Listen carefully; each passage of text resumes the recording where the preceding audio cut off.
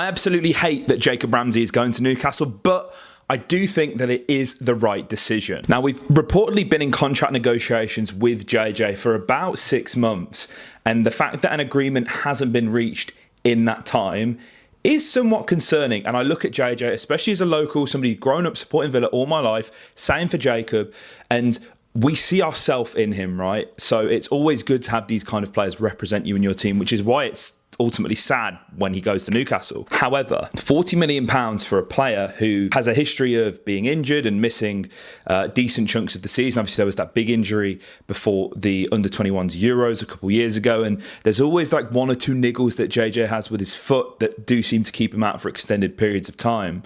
And then when you compare that to the output, and I don't think anybody can deny that JJ has stepped up in big moments. He's scored at Young Boys. He scored against Man United. He scored against Arsenal. Scored big goals against Leeds and Brighton as well. All wonderful goals, and you absolutely cannot take that away from him.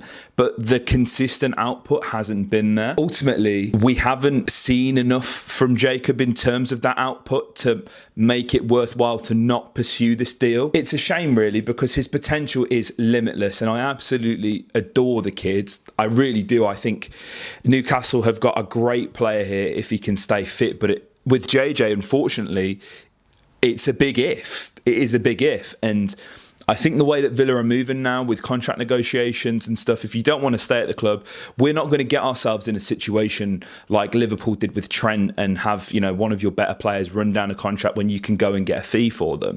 And £40 million for Jacob Ramsey, pure profit.